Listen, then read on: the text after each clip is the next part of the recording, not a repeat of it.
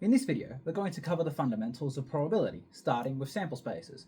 For those who don't know me, my name is Chris Heinazoni. I've been tutoring for about 2 years now, and I make these videos so that VC students can do the best they can in math methods. With that out of the way, let's get into it. The sample space of an experiment is simply just the possible outcomes of that experiment, and it's often expressed using curly brackets, where each individual element in those brackets indicates one of the possibilities. For example, the sample space of a 6-sided die would be the numbers 1 through 6. You can only ever roll a 1, 2, 3, 4, 5, or 6. We can use the sample space when it comes to finding probabilities because all we have to do is figure out the number of elements that we want to have happen, and then we divide that by the total number of possible elements. Capital N is typically the total number of possible outcomes for the given experiment, and capital X is typically the number of outcomes that we care about for that experiment. So, with that in mind, the probability of any event occurring is simply just going to be capital X divided by capital N. For example, suppose that I have a bag of marbles, in which there are 3 blue marbles and 7 red marbles. If I want to know the probability of selecting a blue marble, then I need to know the number of blue marbles, that's capital X, and I need to know the total number of marbles, that's capital N. The sample space for this experiment is just B and R. Those are the only possible outcomes when you select a marble from this bag. The number of blue marbles is 3, hence capital X is going to be equal to 3. And capital N, the total number of marbles that we have, is 10, because there are 7 red and 3 blue. All we do to find the probability is divide X by N. So the probability of selecting a blue marble is just going to be 3 out of 10. Another kind of question that gets asked quite often is the relationship between probability and area.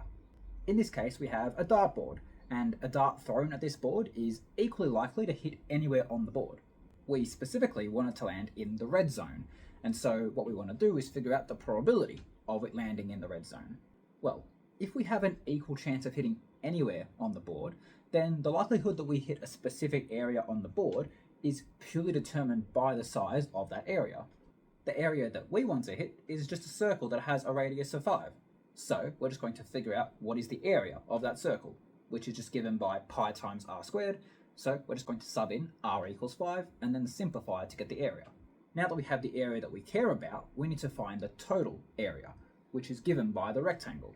The area of any rectangle is just its length times its width.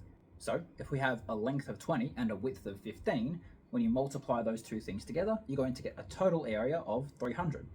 So we have the area that we care about, that's the circle, and we have the total area of the board entirely. All we're going to do is divide those two things by each other and then simplify. And when you do that, you find the probability of hitting that red zone is going to be pi over 12. The last thing that we're going to look at is this idea of complement probabilities. Complement probabilities are simply based around the fact that all potential outcomes in a given scenario need to add up to 100%, or just 1 if you're using decimals. For example, when you toss a coin, you've only got 2 options there, heads or tails, and they both have a 50-50 shot of occurring. So, when you take those 2 outcomes and you add their probabilities together, sure enough, you're going to get 100%, because all the probabilities in a given scenario need to add up to 100%. So, if we know that all the probabilities in the given scenario need to add up to 100%, or just 1 if you're using decimals, then what we can do from here is rearrange to get one of those probabilities on its own. We can simplify this even further by bundling all those other probabilities together and calling them something new. We'll call it A prime, which just means everything that A isn't. This is more formally known as the complement to A. The reason why we would do this is because we can now calculate the probability of something occurring by simply calculating 1 minus the probability of everything else that could occur. Let's try an example. This kind of question can be solved in multiple ways. In this case, we're simply looking for the probability that we roll a dice and roll a number that is greater than 1.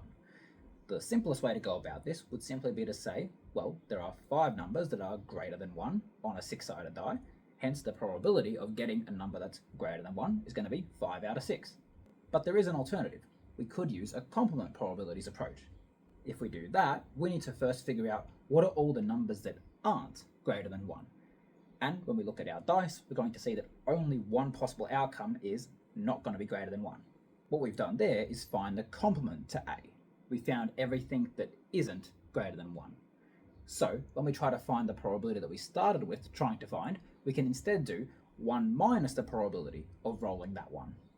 Now, in this example, that did take longer. This isn't exactly how you would do this kind of question, but this technique is absolutely important for all the other types of probability questions that will come up down the line, and it only gets more and more important to understand this as time goes on. If you found this video helpful, then you should consider joining my free community. I host a Q&A call every week to personally help you through any of your specific questions, and you'll also get access to more resources like this, including written and recorded lecture content, as well as practice exams and SACs with detailed solutions. It's pretty cool. You should check it out. I'll see you there.